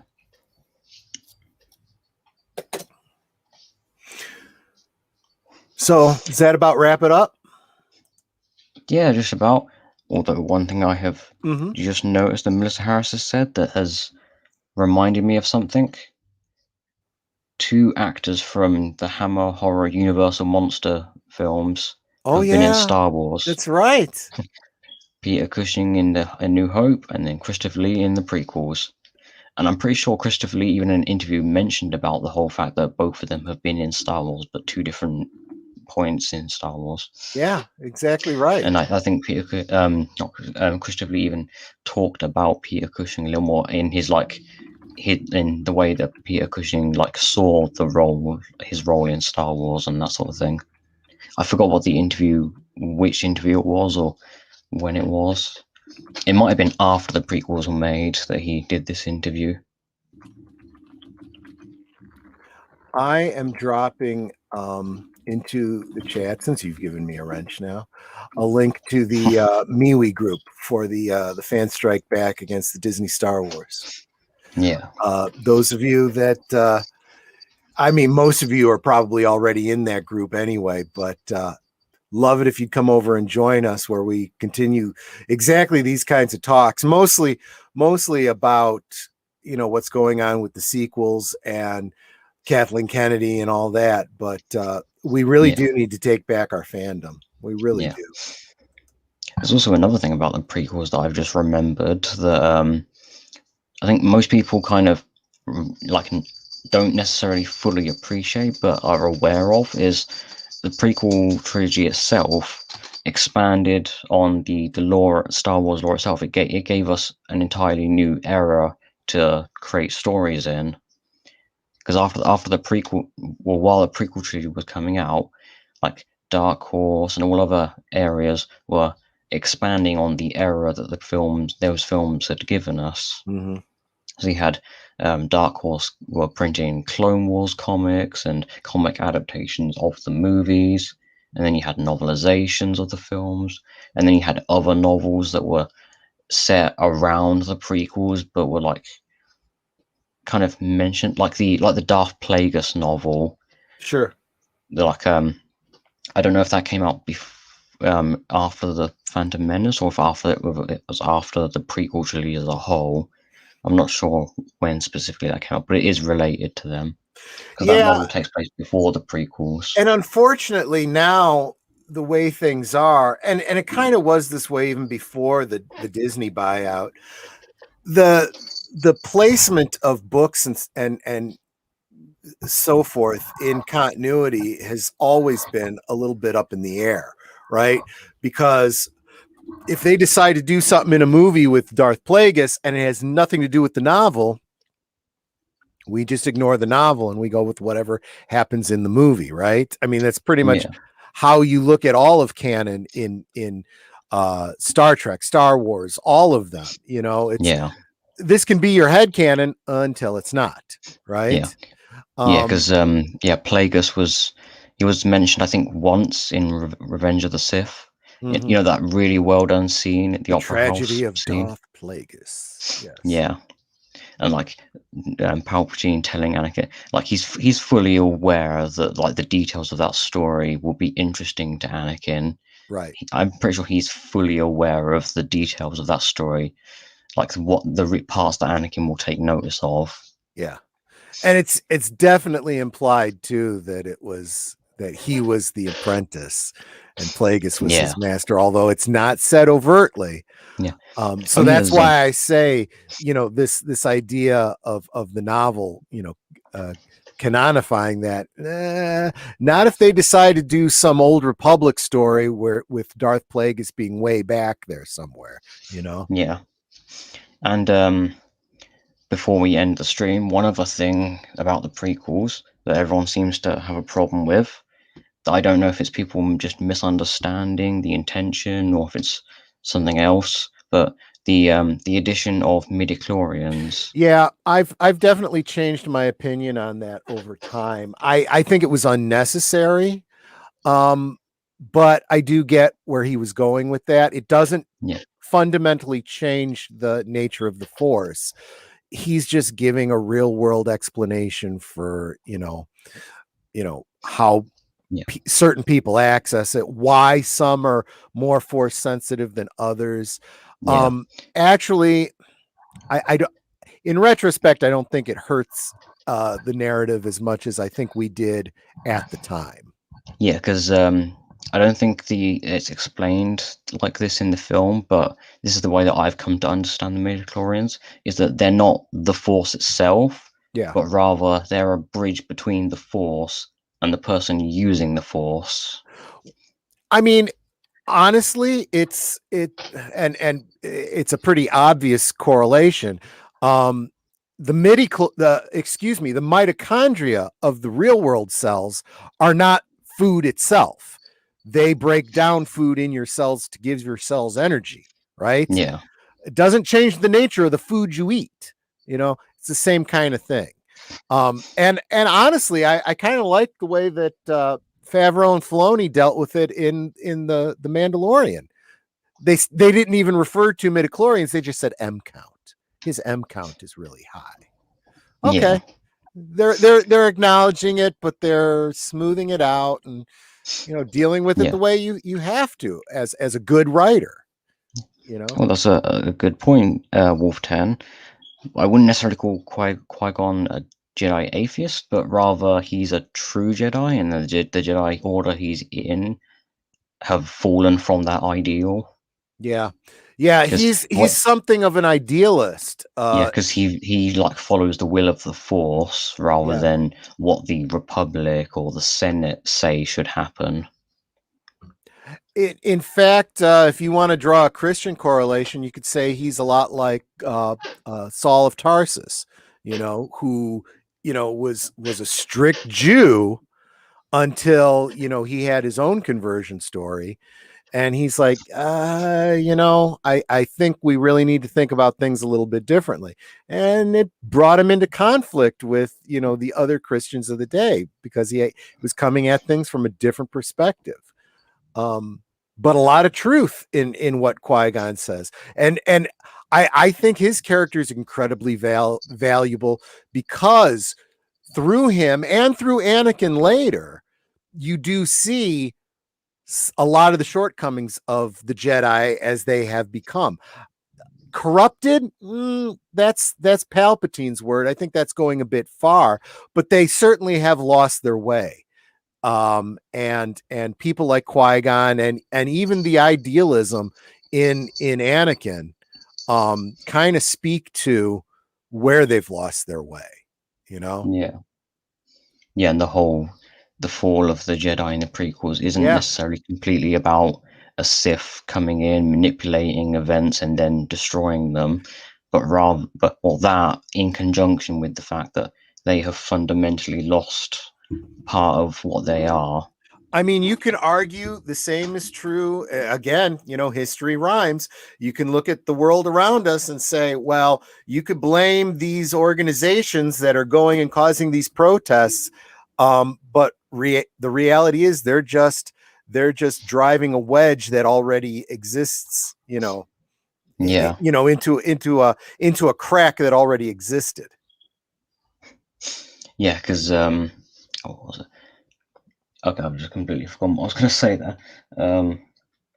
Yeah, the Jedi Order kind of, because they've lost their way. They're obviously not real Jedi anymore, or they're not true Jedi anymore. Yeah.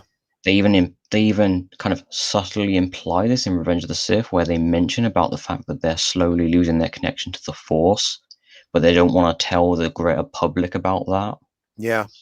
That's an excellent point. It's Yeah, one that I almost wish they'd have focused a little bit more on, and I think that Wolfie's saying that he meant that in the loosest term possible. I think a better word would probably be a Jedi agnostic, right? He's a little bit yeah, more of a realist. He's a little bit more. You have your rules and your regulations and your ideals, but yeah. But the maybe we Force need wants this to happen. yeah, maybe we need to get a little bit back more to the force and deal with reality, and how things really work, and then through that he starts to, you know, realize he could become one with the force and he can communicate after death and things like that, things that there Yeah, is no way that the Jedi as they were ever going to, there was never going to be any innovation from this Jedi Council ever again, because they yeah, were no longer in true communion with the force any longer. yeah. They were Because only they, in communion yeah, with their ideals and iconoclasm. yeah. Because they'd believed the Sith to be destroyed for like was it thousands of years, I think, Mm-hmm. and also when they like neglect specific information about themselves to the general public, it's because they also want to maintain the power that they've acquired in their Yeah. specific position in the Republic and in association with the And Senate. especially when there's so many stories of so many Jedi falling to the dark side, you got to say Yeah, there's a problem there, right? yeah, they're not There's a paying real attention to or problem. solving.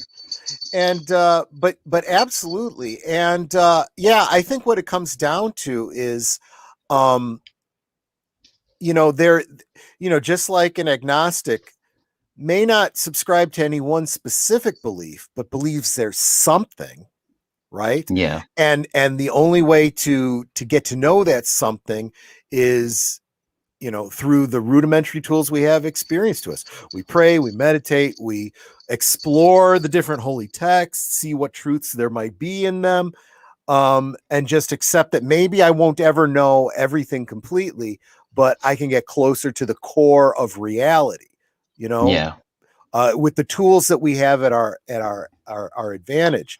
Um, I think that's exactly what Qui-Gon is doing. And he ends up being the wise, he's the one who ends up teaching Yoda a lot, and I think by yeah, the end of the prequels, Yoda clearly is okay. I see where we've screwed up. yeah. And Actually, I think while Dooku you're even recognized as well. yeah, he says to Obi-Wan, he's like, in your exile, meditate on these things you should, and reach out to, an old friend who can reach us from beyond and whatnot, whatever new Yeah, skills he'll teach you. And it's like he's really telling him to get back to the basics that Qui-Gon was actually explaining to them, so, yeah, which I find, very interesting that it's Obi-Wan then that has to remind Yoda, because Yoda gets a little bit, rigid, too old to yeah. begin the training, Well, he and has been alone in a on a swamp planet for yeah, well, like over 19 years, I think. yeah, about 20 I years. don't Yeah. I don't remember the specific year between Revenge of the Sith and A New Hope, and then the year gap between A New Hope and Empire Strikes Back. Yep. But that's absolutely true. I mean, Yoda is wiser than he sometimes even gives himself credit for, because he Yeah, has spent all that time. And he has had all that character development since the fall of the Jedi, meditating on where they went wrong. Even some things that happen in the Clone Wars and Rebels cartoons and whatnot. There's been that character development there, and it's tempting. He knows it's tempting to take the easy path. Sometimes the easy path is, oh, I just don't want to deal with this. Let's just, fall back on the old ways. And yeah, Obi-Wan's there whispering in his ear, you know better than that, Master. yeah, You're right. yeah. Yeah, me too, Wolf Team Media. I probably might be agnostic as well, because I don't fully like view myself as an atheist necessarily, because I don't fully just write off any kind of religion. I do kind of see value in them, but I'm also not a Christian or not Yeah. actually a member of any of those specific I faiths. think honestly, being an atheist is requires as much faith as an iconoclastic religious zealot, because you have to be pretty arrogant to believe you understand the universe so well that you know there is no God or any greater being, you Yeah, know? I understand that it's like I don't necessarily see there being a god, but like that's not necessarily me viewing that and then just immediately going, "Yep, that is true." That's more Yep. that's clearly my specific perception of the world rather Yep. than me seeing the world as it is. But I mean, you see it so starkly whenever someone tries to bring up intelligent design, which does not mean they are pointing to God. Okay, intelligent design just means the universe seems to work as though it's an intelligence, and that is an engineer thinking.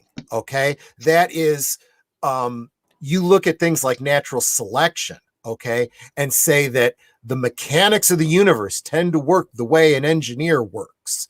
So we can understand the universe by looking at it from an Yeah, engineering point of view. But as soon as you say that, people automatically go, "Oh, you're talking about God. That's just wrong. That's anti-science." No, no, just Qui-Gon Jinn a little bit, would you? You know? yeah, Well, yeah. anyway.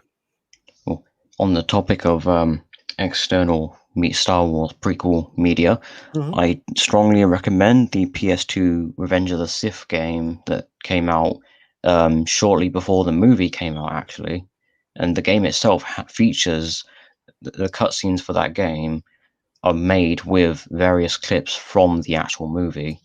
So if you played that game before the movie came out, you technically know what happens and actually see a few scenes from the movie itself. Huh. Or when it came out, obviously you can, if you play it now, there's no reason to be like have any kind of special like perception of it, because literally anyone can grab the Revenge of the Sith and watch it now. Mm-hmm. But yeah, that game is if you can get a hold of that game for a cheap price, or if you don't have a PS2 and you can find one for a relatively cheap price, I recommend doing so, because that game is definitely something special. Okay. It sounds interesting. Yeah. Yep. So before we leave, next week we shall be talking about season 4 of the original Ben 10 cartoon, Mm-hmm. which will be the final season of that show. But we're not finished with Ben 10 because there is still more to come. After that, we'll be talking about the 3 movies that take place after the original Ben 10 cartoon. Yeah. Cool. Um, assuming with the amount of time you've watched most, if not all, of the season. We'll talk about it next week. Yeah, because it's only 10 episodes long. Yep.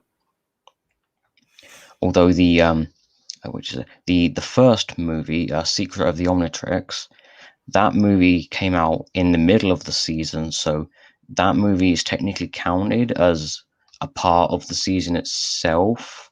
That's why there's only 10 episodes, because that movie technically takes up the space of a couple of the episodes in the actual like production order and everything. But chronologically, that movie takes place at the very end. Yep. Yeah, so did you watch any of the movies as well, given the extra time, or did I you have just not. I have not gotten beyond. Because I don't want to watch ahead, because I want to be in the conversation that we're having. okay? Yeah, You know. so that would be you, me, and Nanette. Yep. And that'll be next Yeah, week. Later yeah. tonight, of Next, course, at 8 o'clock Central U.S. time, over on Aged Boomers channel. Of course, we're doing the Geeky Geezers. Get really, I was going to say your week in geek news, but really it's 2 weeks worth because we weren't on last week. So Yep, we're going to have a bunch very- of things to talk about. We'll probably gloss over some of them to try and squeeze it all in, but it'll be worth it. Which movie are you referring to, Wolf 10?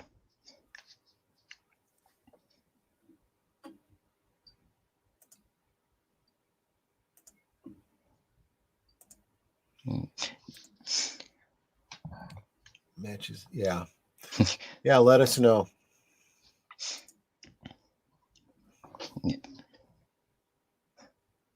Okay, Secret of the Omnitrix. Yeah, I like that one as well. Oh yeah, I mean, I'm looking forward to that, but I definitely don't want to see that before I should, because Yeah, I'm very much trying to watch, as the new viewer, yeah. We may But end I up. mean, there's part of me going, I want to know the secrets of the Omnitrix. I want to know where it came from. I want to know what it does. I want to know what it's capable of. I want to know what he's going to be able to do with it in the future. But nope, let's just take it at his pace. Yeah. There are some thing later when we get to some of the later shows and seasons, some of them do get slightly longer than this first show, so we may end up having to take multiple weeks apart between episodes to actually cover the seasons, or we could split seasons in half. That might be a good way to go. Yeah. Yeah, because Alien Force season 3 is I think twice the length of the average season. Because when we get to the start of Alien Force, that will still be 13 episodes for the first 2 seasons. But starting with season 3, the seasons will be longer. And then ironically enough, the seasons will then got shortened back down again nearer the end of our journey through Ben 10. Because the fourth show has 10 episode seasons,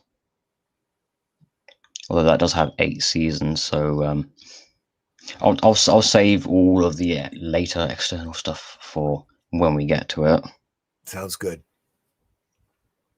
Okay. And, so can we get a couple more thumbs up? Because I'm seeing there was 5 or 6 people watching. We're still at 4 thumbs. Yeah, we If you made it this far, I'm people. assuming you like the show. Yeah, I mean early on we had 7 people There's watching. 5. Yeah, now it's just went up to 6. There we go. Thank you guys. I super appreciate that. Boy, talk about immediate gratification. Oh, the likes went up to 5. There you go. But can we get a 6th like? Possibly a 7th, so we can account for the amount of people we had.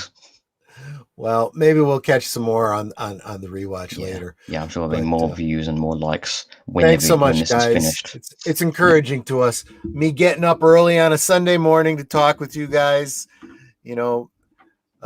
Matthew putting this show together. It keeps us going. Oh wow, we went up to 7 people watching now. There you go. So does somebody hear me and then come back? Maybe. Well, maybe somebody dropped out. Since you came back, why don't you press the like button? Exactly. If we can get one more like to get a 7th like for the 7 people watching, that would be awesome. Matthew, you've liked it, haven't you? I mean, it'd be kind of funny if you were the one holdout.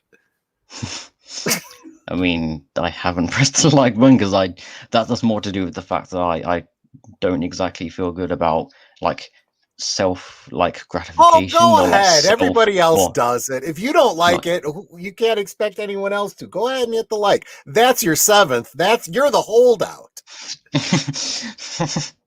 Yeah, there we go. 7. See, I told you. Well, thanks for watching, everyone. Yeah, thanks, guys. And see you next week, or possibly later today. Or later tonight. Yeah, take care, guys.